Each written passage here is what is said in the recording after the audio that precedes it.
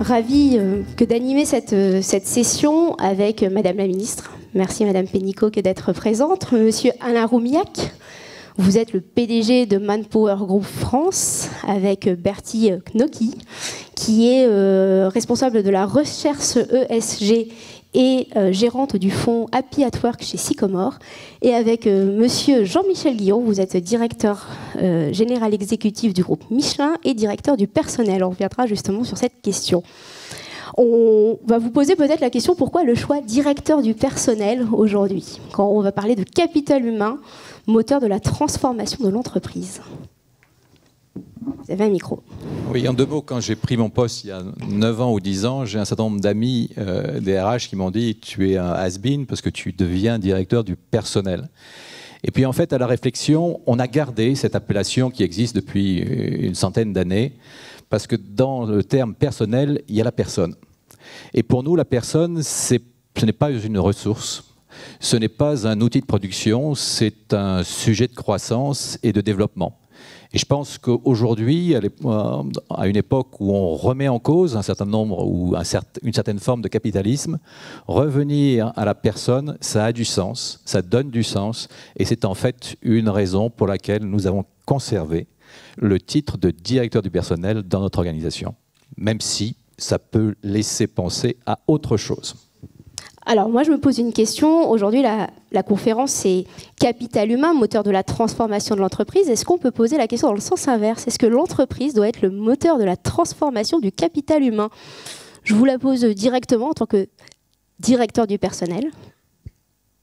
Non, mais les deux fonctionnent ensemble, mais je pense que dans une entreprise aujourd'hui, ce qu'il faut qu'on comprenne, c'est que la performance, elle est directement, la performance durable, elle est directement liée au développement des personnes. Et bien souvent, on a subordonné les personnes à la performance, et quand on fait ceci, on se retrouve avec tous les excès qu'on a pu et qu'on peut voir aujourd'hui. Donc, on parle beaucoup chez nous, et c'est aussi un terme sur lequel on reviendra peut-être, de la raison d'être d'une entreprise. Pour nous, la raison d'être d'une entreprise, elle est liée aux clients, mais aux personnes aussi qui en font partie de cette entreprise. Et chez nous, je vais vous prendre un exemple très précis pour illustrer mon propos, notre raison d'être, c'est offrir à chacun une meilleure façon d'avancer. Et dans le chacun, il y a deux choses, il y a le client, il y a l'expérience client sur la mobilité, mais il y a aussi l'expérience de chaque personne qui arrive dans l'entreprise et qui se dit ben, « je vais faire un bout de chemin avec cette entreprise ». Et en gros, par rapport à la question du travail, du sens du travail, si vous vous attachez à répondre aux besoins de votre personnel, vous avez déjà fait un grand pas en avant. Bertie, vous avez créé au sein du fonds Sycomore le fonds Happy at Work, centré sur le capital humain. Est-ce que vous pouvez peut-être nous en parler un peu? Le monde de la finance y vient. Bien sûr, oui. Peut-être en deux mots, pour tout le monde connaît Michelin, Manpower, je pense. Sycomore, c'est une société de gestion d'actifs. Donc finalement, on investit l'argent qui nous est prêté par des banques, des assurances, des mutuelles dans des entreprises.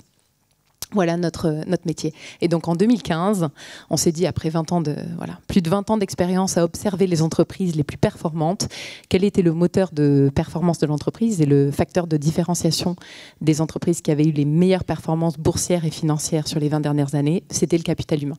Donc on a créé un fonds dont le principal critère d'investissement, c'est l'attention portée aux dirigeants, aux hommes et aux femmes qui travaillent dans leur entreprise. Et donc on a 5 grands critères que l'on va regarder avec attention. Le premier, c'est le sens. Est-ce que l'entreprise a défini une mission, a une culture, des valeurs? Comment est-ce qu'elle explique sa stratégie à tous les niveaux de l'organisation? Le deuxième, c'est l'autonomie et la responsabilisation. On sait qu'aujourd'hui, le manque de liberté, le manque de confiance de la part de son manager, c'est un des premiers facteurs qui pousse les employés à quitter une entreprise.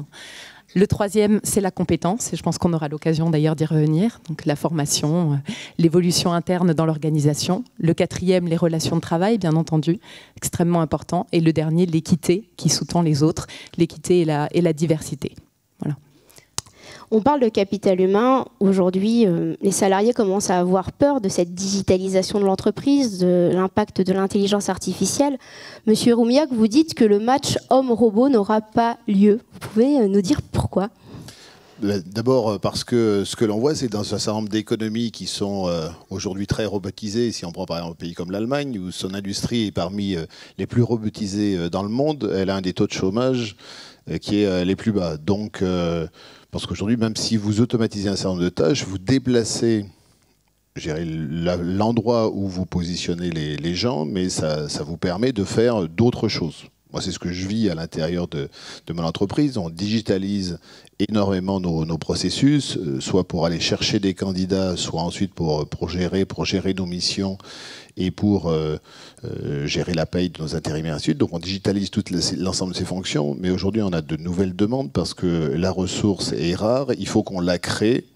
Et donc, on est plus, et donc nos équipes sont en train de muter en termes de compétences. Elles développent de la compétence, alors que hier, ce qu'elles faisaient, c'est qu'elles la trouvaient et elles l'affectaient. Donc, c'est tout ça qu'il faut d'abord qu'on comprenne, qu'il faut qu'on explique à nos équipes pour pas qu'elles aient peur de ce qui est en train de se passer. Et puis, bien évidemment, il faut qu'on leur donne les moyens de s'adapter par rapport à ce contexte-là. Et le sujet de la formation, le sujet de l'accompagnement sont des éléments extrêmement importants. Et je crois que c'était aussi, on avait évoqué une étude que l'on a fait où aujourd'hui 86% des entreprises que l'on a interrogées dans le monde entier nous disent que dans les 10 prochaines années, elles envisagent de garder des effectifs stables, mais d'ailleurs beaucoup d'entre elles, des effectifs qui sont en croissance alors qu'elles vont automatiser un certain nombre de processus. Donc c'est bien qu'elles anticipent qu'il va y avoir de nouveaux besoins et qu'il va falloir qu'elles déplacent les compétences plus que de simplement les remplacer. Quelles sont les compétences qu'on va rechercher demain ? Alors d'abord, les compétences et les métiers. Donc dans les métiers, il y a fondamentalement ceux qui aujourd'hui ne relèvent pas de tâches répétitives.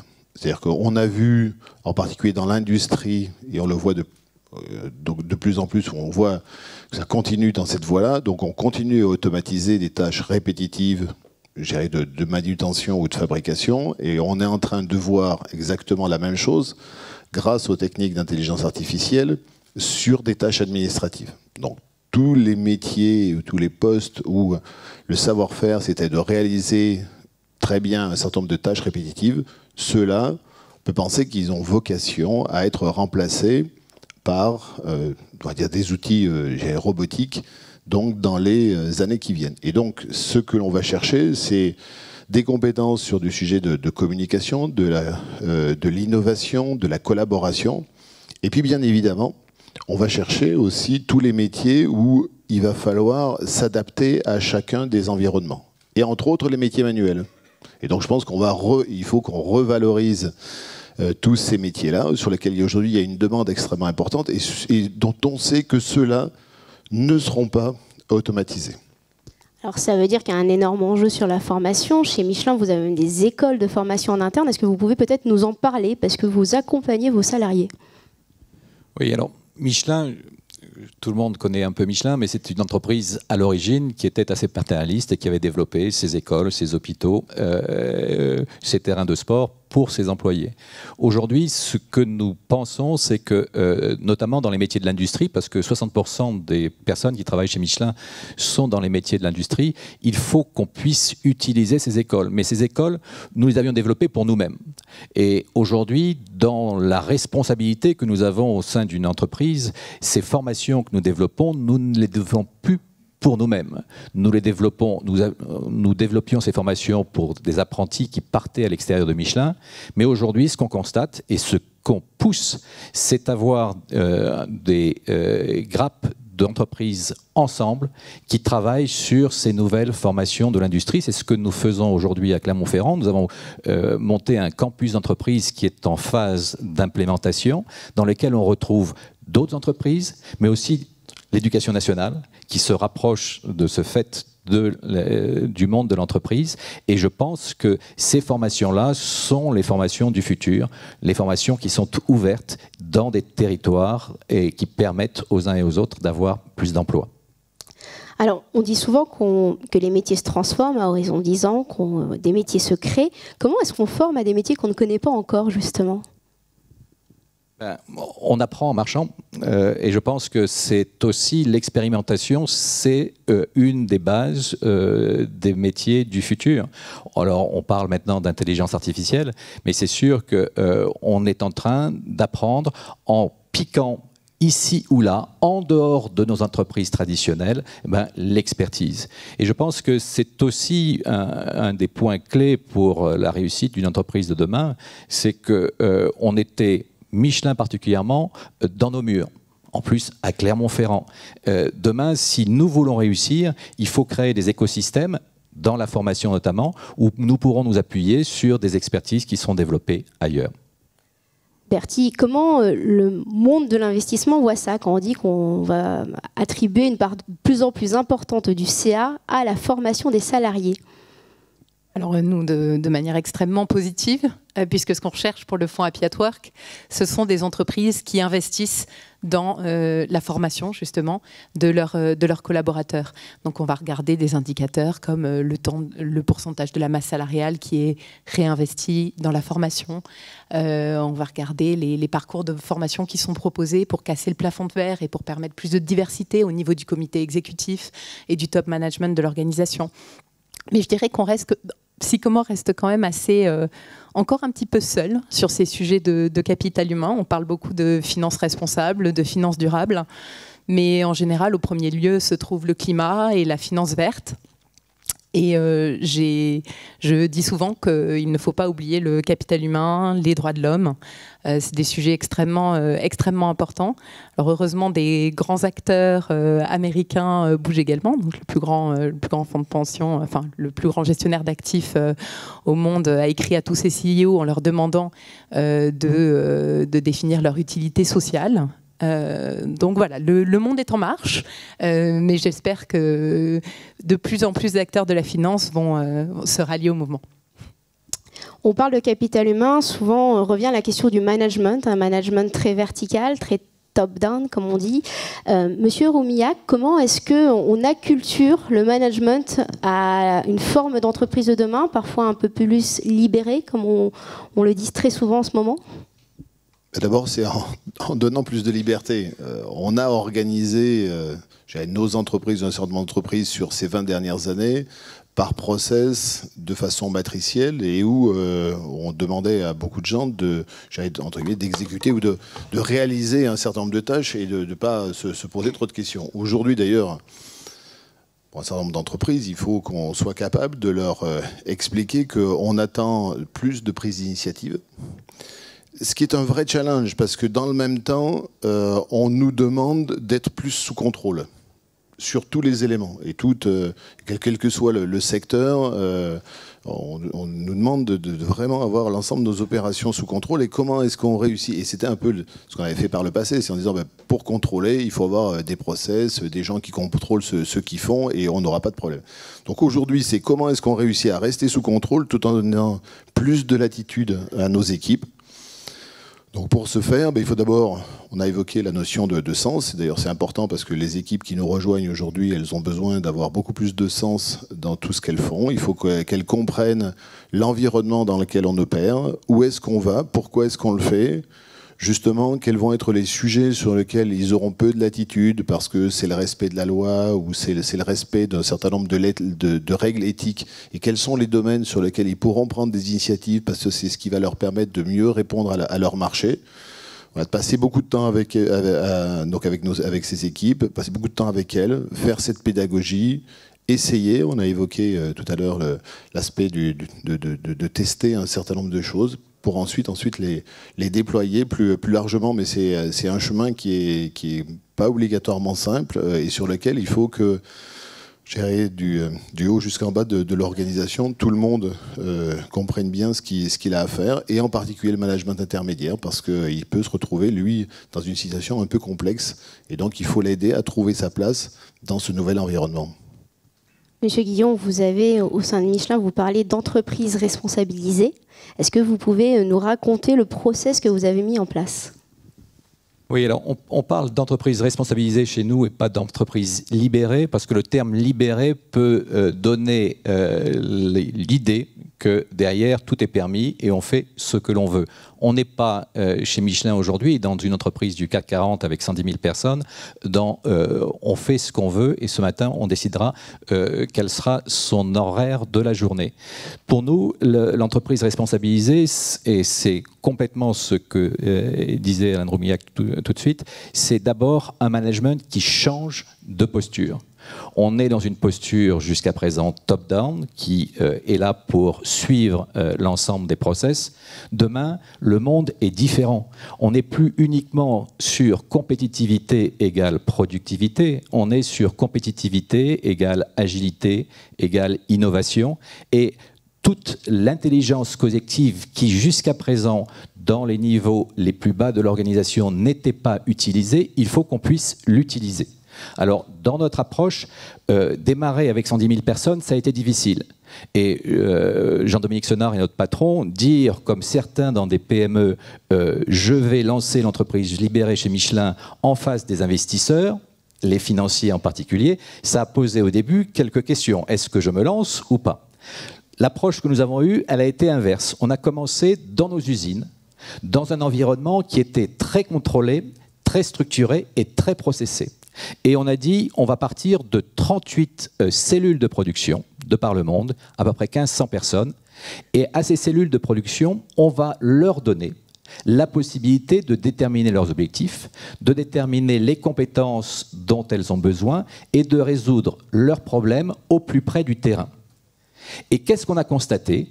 Et là, vous savez, quand vous avez affaire à des industriels, on compte. Donc, on a constaté un engagement que l'on suit annuellement chez lui, qui a augmenté de plus de 10 points. 10 points d'engagement avec des performances pas simplement alliées à la productivité qui augmentaient. Donc, on a fait la démonstration au niveau de cellules de production que ça fonctionnait.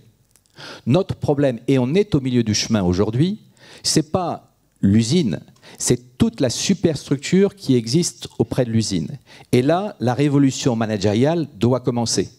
Laisser faire confiance, donner un cadre, parce qu'il faut que ce cadre existe toujours, et savoir quel est mon domaine d'autorité le plus petit possible, c'est une aventure dans laquelle on s'est lancé, mais c'est une aventure sur laquelle, manager après manager, on s'aperçoit qu'ils sont prêts à venir avec nous, à se remettre en cause, parce que la question de fond aujourd'hui, au niveau du management, c'est comment moi qui étais promu, développé dans un style de management, je me mets au service de mon équipe et pas le contraire. Et cette position, elle est difficile. Et aujourd'hui, si nous n'avançons pas aussi vite que certains peuvent l'espérer, c'est que c'est véritablement une transformation profonde du management dans l'entreprise sur laquelle nous opérons. Madame la ministre, futur du travail, futur de la formation, nouvelles modalités de travail, qu'est-ce que ça vous évoque tout ça? D'abord, je crois que le débat montre bien qu'on est dans une phase d'accélération, d'amplification de toutes les mutations. Les mutations technologiques, les mutations des compétences, les mutations aussi du rapport au travail et je dirais les mutations du rapport à l'entreprise. On le sait, environ un emploi sur deux va être profondément transformé dans les 10 ans. C'est un fait. Ça peut être anxiogène pour certains, sauf si on accompagne cette transformation pour que, en gros, les salariés ne le subissent pas, mais puissent avoir les outils pour l'anticiper. C'est pour ça d'ailleurs que dans le projet de loi sur la liberté de choisir son avenir professionnel, que je présenterai au Parlement prochainement, qui concerne la formation professionnelle, l'apprentissage, l'égalité professionnelle femmes-hommes, l'intégration des travailleurs handicapés et l'assurance chômage, dans ce contexte-là, il y a un point très important, c'est à la fois la plus grande responsabilisation des entreprises sur les enjeux de compétences de demain, mais aussi la responsabilisation et surtout l'appropriation, la capacité à agir, à décider pour soi-même, pour les salariés. Et ça, c'est une grande première qui peut paraître étonnante, c'est-à-dire qu'on va créer effectivement, avec les partenaires sociaux, on va créer un droit le compte personnel de formation qui existe, mais pour les experts qui ont eu la curiosité d'aller sur leur compte à la Caisse des dépôts, bon, c'est pas vraiment actionnable très facilement, mais un vrai droit en euros où un salarié pourra décider de sa formation. Alors ça peut paraître contre-intuitif parce qu'on dit il va y avoir des énormes mutations des métiers, vous avez posé la question, mais comment on sait, comment on forme faire ça? Et on dit tout le monde doit être acteur. L'entreprise, bien sûr, qui a besoin d'anticiper et d'accompagner l'évolution de ses compétences pour être compétitive demain, pour ne pas perdre ses salariés, pour attirer des nouveaux, mais aussi le salarié qui doit pouvoir avoir un droit de lui aussi d'anticiper, lui aussi de choisir un autre métier, choisir une promotion, vouloir aller au-devant de métiers qui se transforment, et donc être acteur, alors qu'on constate qu'aujourd'hui, 6% des ouvriers disent qu'ils choisissent leur formation, et le plus étonnant, c'est que 25% des cadres. C'est choquant pour les ouvriers, mais c'est très étonnant même pour les cadres. Donc, dans les années 70, on a été très en avance en France, avec la loi Delors sur le concept de formation continue. Mais on s'est un petit peu endormi, et aujourd'hui, on n'est pas du tout dans les pays les plus en avance sur l'investissement dans le capital humain, l'investissement dans le capital compétence. C'est pour ça d'ailleurs que je me réjouis, parce que vous avez raison, dans la finance responsable, on n'a pas encore beaucoup investi sur le volet capital humain. Vous avez tout à fait raison. Je pense que au XXIe siècle, cet investissement dans les compétences, au sens large du mot, est vital pour les entreprises, parce que la compétitivité de demain se fera beaucoup sur le capital humain. C'est plus difficile à copier que trouver un financement. Et deuxièmement, elle se fera aussi pour chaque individu. Aujourd'hui, la meilleure protection contre le chômage, il n'y a aucun doute, c'est la qualification, c'est la compétence. Les taux de chômage varient de 1 à 3 en fonction de vous avez une compétence ou pas. Donc c'est un marqueur terrible d'intégration sur le marché du travail ou de perte du rapport au travail. Et donc, dans cette vision-là, c'est intéressant de se dire que chacun est dans le siège du conducteur, collectivement et individuellement, l'entreprise, mais aussi le salarié ou le demandeur d'emploi, et que la formation, c'est pas quelque chose dans lequel on vous demande d'aller, c'est quelque chose sur lequel vous pouvez avoir un pouvoir de décision, parce que finalement, c'est votre vie, et c'est votre vie professionnelle. Et là, je parle des formations avec des compétences, des qualifications longues, avec des certifications reconnues, et des choses qui sont peu accessibles aujourd'hui, sauf pour une petite minorité. Alors, dans cette stratégie de compétences, c'est vrai qu'à un moment donné, il faut oser y aller vraiment, parce que l'évolution des métiers va être telle. Et comme ça a été dit, ça va être Babygros, on va grandir en même temps que le vêtement. Hein. Mais à 3-5 ans, les professions qui ont fait un travail de GPEC, comme on dit dans le jargon, de gestion prévisionnelle des emplois et des compétences, à 3-5 ans, on sait dire des choses qui sont utiles. À 20 ans, personne ne sait rien. Mais c'est pas grave, parce que de toute façon, les cycles de compétences, c'est plutôt 5 ans que 40 ans. Et de toute façon, on est dans des logiques où on apprend en permanence, on apprend du collectif, on apprend l'individu.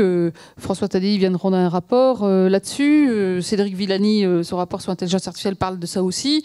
On voit bien que les mécanismes d'apprentissage eux-mêmes sont questionnés. Parce qu'on va apprendre plus aussi justement dans des entreprises où on a un pouvoir de décision parti, eh bien on apprend plus, on apprend dans et en dehors de l'entreprise, on apprend avec son écosystème, fournisseurs, indépendants, clients. Voilà. Je pense que les mécaniques d'apprentissage sont... dans 20 ans, on se rappellera qu'un jour, les formations, ça voulait dire des stages avec un groupe homogène du lundi au vendredi dans une salle. Et on dira, tiens, c'était bizarre. Voilà. C'est la majorité aujourd'hui, mais je pense que ça va aller très très vite, les évolutions.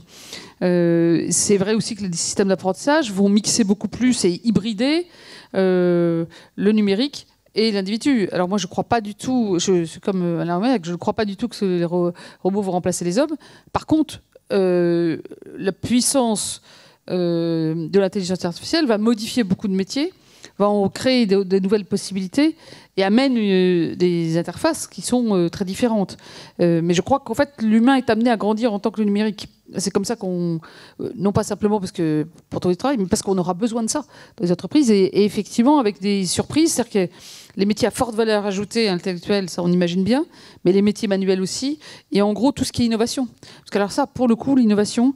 on n'a pas encore trouvé mieux que de mettre des gens différents ensemble en train de créer quelque chose auquel ils pensaient que c'était impossible hier. Ça, pour l'instant, il n'y a rien qui s'est copié ça. Donc en fait, on voit bien que et ça, l'innovation, ça peut être optimiser quelque chose dans une usine comme inventer le prochain robot de l'intelligence artificielle. C'est à tous les niveaux. Donc cette stratégie compétence, c'est, je pense, un changement de paradigme quand même, parce que il y a 30-40 ans, l'idée de formation continue, c'était une idée humaniste et valable, et on a tous grandi avec ça. Mais aujourd'hui, l'investissement des compétences, ça devient complètement stratégique pour les entreprises, comme facteur de compétitivité, et complètement stratégique, je dirais, et d'émancipation pour chacun, parce que c'est là où on a besoin de renouer avec la promesse républicaine. Aujourd'hui, on a un ascenseur social qui est quand même très en panne, et avec un sentiment par beaucoup de nos concitoyens que, bon, s'ils ont raté l'école, en gros, après, bon, ils vont faire une petite formation d'adaptation au poste de travail, mais en gros, ils sont bloqués. Et là, je pense que c'est une des raisons, d'ailleurs, dans le projet de loi pour lequel, et ça rejoint l'égalité professionnelle femmes-hommes, on donnera les mêmes droits à la formation aux salariés qui travaillent à mi-temps qu'à ceux à temps plein, parce que à mi-temps, c'est 80% de femmes qui sont dans les trappes à bas salaire et à peu de formation, et donc ça fait partie aussi d'une vision, je dirais, d'émancipation sociale. Alors en même temps, le travail change dans ces formes d'organisation. Michelin est un très bon exemple, ce qui n'est pas facile à faire sur des grandes échelles. D'ailleurs, le premier réflexe, c'était de créer des échelles humaines. Voilà. Mais de créer de l'empowerment, de créer des modes de faire différents. Il y a de plus en plus d'entreprises qui sont à la recherche ou qui testent des formes de management différents. En général, très ouvertes sur leur écosystème. D'ailleurs, il y a une espèce l'entreprise à réseau, c'est à la fois à l'interne, mais c'est aussi beaucoup à l'externe. Et je pense que toutes les formes différentes, je disais là que au télétravail, parce qu'on a créé un droit au télétravail dans les ordonnances sur le renforcement du dialogue social, c'est en train de se développer très vite. Il y a 17% des Français, des salariés, qui font du télétravail, en général 1 ou 2 jours par semaine. Quand on fait des sondages, 61% souhaitent travailler en télétravail. Et alors le premier motif, c'est en général le temps de transport. Parce que passer 2-3 heures dans les transports, ça mange sur votre vie professionnelle comme vie personnelle, ça n'a pas de valeur ajoutée.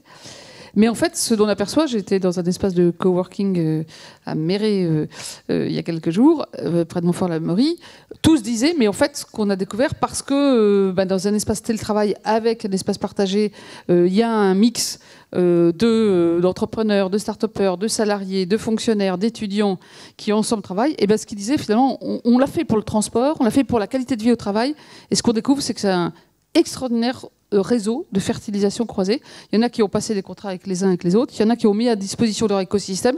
Enfin, c'est en train de faire une... Et là, c'est pas du tout hiérarchique, c'est pas dans la même entreprise, sauf que ça devient un système apprenant aussi, ou c'est un système aussi de développement de compétences, de croisement de réseaux et de développement de possibilités professionnelles. Donc, je crois que là-dessus, on a déjà des pilotes à plein d'endroits, mais je crois qu'on est au début d'une mutation qui va aller très très vite, et je pense qu'elle est vraiment pleine d'opportunités. Alors, elle rejoint une autre question, qui là aussi, on est dans une évolution sociétale, c'est le rapport à l'entreprise.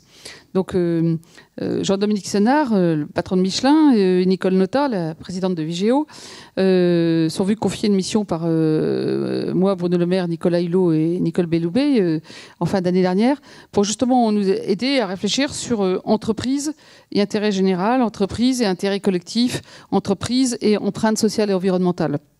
Ils ont rendu leur rapport, qui est public depuis quelques semaines. Et donc, on est en train de réfléchir au niveau du gouvernement, ce qu'on va pouvoir reprendre, ce qui est du législatif, ce qui ne l'est pas, mais ce qu'on pourra reprendre. Mais on voit bien que là aussi, ça a beaucoup changé depuis 10-20 ans. Il y a 20 ans, il y avait des entreprises très pionnières sur le social et l'environnemental. Ça existe depuis longtemps. Mais là, l'appétence, par exemple des salariés, on le voit au niveau du recrutement, sur des entreprises où il y a du sens. D'ailleurs, voilà, la première chose que vous avez dite, c'est quelle est la raison d'être de Michelin. Voilà, moi, j'ai retenu activation, mobilité pour les clients comme pour le salarié. Voilà. Bon, une fois qu'on l'a intégré, tout d'un coup, c'est quelque chose qui n'est pas juste un poster, mais qui peut orienter aussi des visions stratégiques. Et c'est là où on est aussi dans une vague d'évolution. Il y a déjà une dizaine d'États américains, plusieurs pays nordiques, qui ont mis en place des dispositifs qui permettent à des entreprises de se déclarer réellement comme une entreprise à mission. Une entreprise à mission, c'est quoi? C'est une entreprise qui, y compris dans ses statuts, dans ses déclarations, dit mon but n'est pas que de développer les bénéfices pour les actionnaires, bien si évidemment c'est nécessaire, ça c'est que pour la pérennité, pour réinvestir dans l'entreprise, et puis ils ont mis de l'argent, ils ont un retour, sinon on n'a plus d'investisseurs et on ne peut pas développer l'entreprise. Mais ça n'épuise pas la raison d'être d'entreprise, ça n'épuise pas son empreinte sociale et environnementale. Et donc nous souhaitons librement dire aussi que nous avons une finalité qui est également aussi sociale, environnementale. Alors on va le décider. Voilà, ça peut être lié à la mobilité qu'on est chez Michelin, ça peut être la fracture numérique dans une entreprise de numérique. Dans une entreprise que je connais bien de vie antérieure, qui était dans le domaine alimentaire, c'était la nutrition pour tous, l'accès à la nutrition pour tous. Voilà. Chacun trouve son sens. Mais ce qui est intéressant dans cette démarche, c'est de se dire que ce n'est pas simplement une déclaration, qui est déjà importante en communication, en management interne, mais c'est aussi une obligation qu'on se donne. Ça veut dire que à nos actionnaires, et à nos parties prenantes, nous devrons rendre compte de si on remplit notre mission sur le plan social et environnemental. Et là, on va directement sur la finance responsable, qui, elle, à ce moment-là, peut avoir, avec des systèmes de notation ou des agences de notation, des critères pour dire cette entreprise est cohérente par rapport à son objet social. On verra comment on appelle ça demain. Peu importe le vocabulaire aujourd'hui, mais en tout cas, elle est cohérente sur ses objectifs, ses finalités, qui sont à la fois économique et financière, mais aussi environnementale et ou sociale, selon le choix de l'entreprise. Donc je pense que tout ça va ensemble. L'idée que le capital humain n'est pas simplement un moyen, mais est un enjeu stratégique, que la compétence, ça peut être aussi une liberté et un levier d'émancipation et de choix pour chacun, que le travail évolue avec des formes d'organisation beaucoup plus diverses, beaucoup plus agiles et mobiles aussi, et qui finalement sont plus responsabilisantes et plus attractives. Et encore une fois, ça n'est pas réservé au cadre plus++. Hein, c'est bien ça qu'il faut prendre en compte, c'est qu'aujourd'hui, on le voit dans des tas de niveaux, avec des formes de travail différentes. D'ailleurs, le travail intérimaire fait partie des gens qui ont été pionniers sur des formes... voilà, ils ont inventé l'oxymore, c'est le CDI intérimaire. C'est un truc formidable. C'est la flexibilité pour l'entreprise, la sécurité pour le salarié. Voilà une autre forme de travail qui est innovante, qui répond à des questions d'agilité, et qui répond à des questions des besoins de sécurité. C'est un autre exemple. Et tout ça va dans un sens qui, je crois, n'est pas donné par avance. Ce que je veux dire, c'est qu'il ne suffit pas de rester dans un fauteuil pour que ça se passe. Ce n'est pas écrit d'avance que le travail sera majoritairement demain dans cette voie-là. Mais ça dépend de nous tous. Ça dépend des pouvoirs publics, dans la loi, ça dépend des entreprises, ça dépend des partenaires sociaux, ça dépend de tous les acteurs, investisseurs, accompagnateurs, consultants, formateurs. Mais je crois que c'est une chance formidable parce que c'est ce qui, et je terminerai là-dessus, peut contribuer à ce que le travail qui va toujours exister, enfin en tout cas dans les... là on parle on parle du 21e siècle. Bon, allez, c'est bon. Après, honnêtement, moi, dans 10 siècles, j'en sais rien. Voilà. En fait, dans les décennies qui viennent, on est assez certain, dans ce contexte-là, que ce travail qui a une part si importante dans la vie collective, si importante dans la vie de chacun, et vraiment retrouve du sens. Du sens, c'est quoi? Du sens, c'est d'abord d'avoir une activité rémunérée et décemment et des respects dans la vie du travail. Mais c'est aussi la fierté individuelle et collective de ce qu'on produit, de ce qu'on crée. Et c'est la dignité du travail. Et puis, c'est le lien social. Et ça, ce qui est fabuleux dans tout ce que vous avez dit, c'est que finalement, faire de l'entreprise plus responsabilisée, ça ramène du lien social parce qu'on va décider beaucoup plus de choses ensemble. Quand l'intérim se met aussi sur les emplois francs dans les quartiers, il va aller créer des liens à partir de ce qui n'était pas les bases. Et ça Manpower s'y engage. Quand l'investissement responsable, et là vous êtes très pionnier, dit le capital humain, c'est un élément clé pour l'entreprise, donc le reconnaître, ça fait partie du sujet. Et bien, tout ça, ça contribue du sens du travail. Et c'est quand même quelque chose, je pense, qui fait société. Et c'est pour ça qu'on est tous mobilisés. Et je vous en remercie.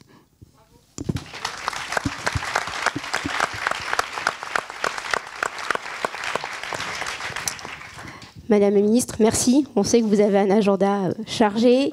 Vous pouvez rester.